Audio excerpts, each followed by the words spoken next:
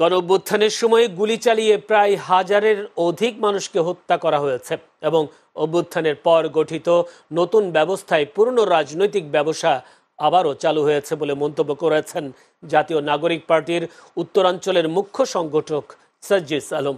আজ পঞ্চগড় সদর উপজেলার কামাত কাজল দিঘি ইউনিয়ন পরিষদ চত্বরে ইউনিয়ন কমিটি গঠনের লক্ষ্যে অনুষ্ঠিত সংক্ষিপ্ত পথসভায় তিনি এ মন্তব্য করেন।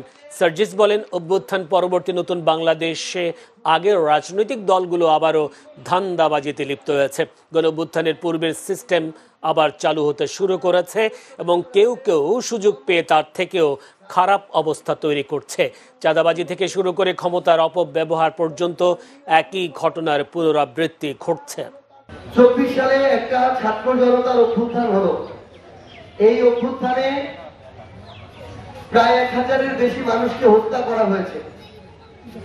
ছেলে মেয়ে, গার্মেন্টস কর্মী, শ্রমিক, শিশু, বয়স্ক কাউকে লক্ষ্য করা হয় না, খালি গুলি চালানো হয়েছে।